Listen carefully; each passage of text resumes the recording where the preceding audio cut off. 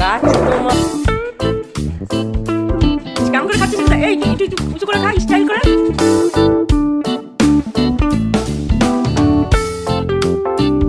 সবাই কেমন আছেন? আশা করি খুব ভালো আছেন। শুরু হয়ে গেছে নতুন একটা দিন ও শুরু করতে চলেছি নতুন একটা ভিডিও দিয়ে। সকালে বেরিয়েছিলাম ব্যবসার কাজে, সেই কোন সকালে জিনিস আনতে। হঠাৎ মা ফোনে বললো, জানিস তো আবার একটা মাছ মারা গেছে। কি যে বলবো না, আজ যে মাছটা মারা গেছে সেটা একদম প্রথম যখন অ্যাকোরিয়াম আনিনি তখনকার মাছ। আসলে অ্যাকোরিয়াম সেটিংয়ে আমার কিছু প্রবলেম হয়েছে, কিছু ভুল করে ফেলেছি। সেটা পরের কোনো ভিডিওতে শুধু অ্যাকোরিয়াম সংক্রান্ত একটা ভিডিও করব, তাতে শেয়ার করব। কি আর করব, কষ্ট তো খুব হচ্ছে, কিন্তু কিছু করার নেই। কত রুপি দেবো? ও ওটা কার? ও আমি ভাবছি তুমি আমাকে দিচ্ছ।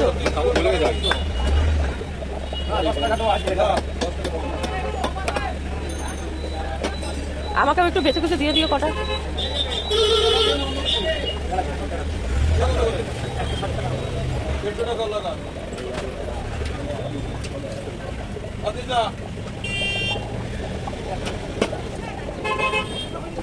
আমাদের বাড়িতে অ্যাকোরিয়াম এনেছে, অ্যাকোরিয়ামের মাছ পরপর দুটো পাল্টাতে হয়, খেয়াল করিনি, মারা গেল। অ্যাকোরিয়ামটাকে নাকি সাইকেলিং করতে হয়, সে আমার সাইকেলিং করতে মনে নেই। এনেছি দিয়েছি, মাছ মরে গেছে পরপর দুটো মাছ।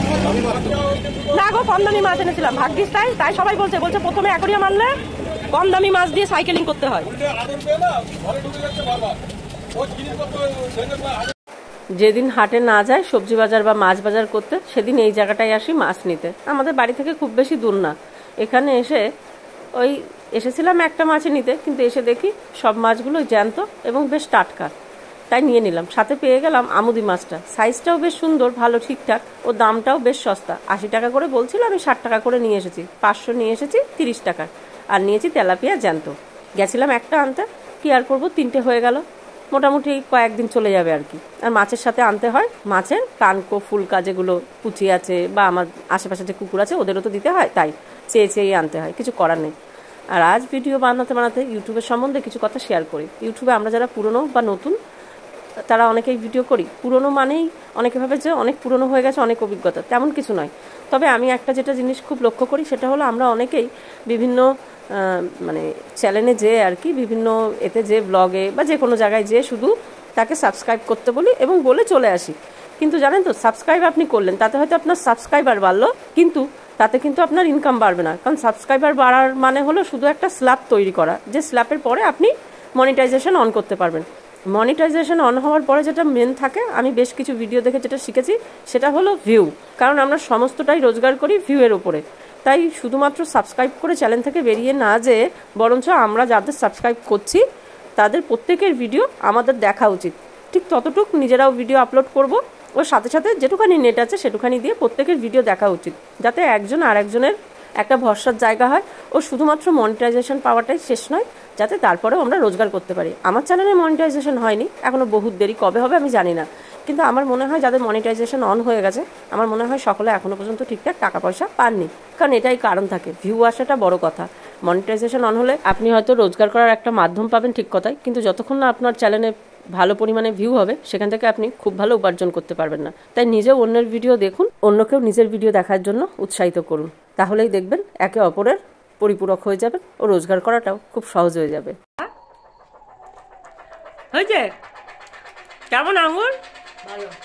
ভালো মিষ্টি, কত স্টাইল বাবা।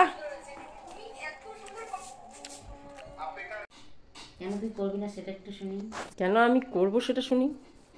কাজ তো আমি তো করে দিই, তো যখন অনেক হয়ে যায় আমি তো দিই, সবসময় আমি কেন দেবো? আমার মায়ের পায়ের জবা হয়ে ওঠ না ফুটে মন, ও তার গন্ধ না থাক যাচ্ছে সে নয় রে ভুয়া বরণ।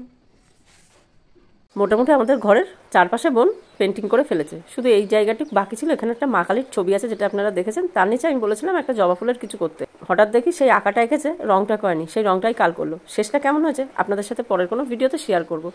আর জানেন তো, মাছ তো এক এক করে মরে যাচ্ছে, পুরনো সব মাছগুলো মরে যাচ্ছে। আর সব এখন যে মাছগুলো দেখছেন সেগুলো সবই নতুন। মনটা খুবই খারাপ লাগছে, ঠিক কথায়।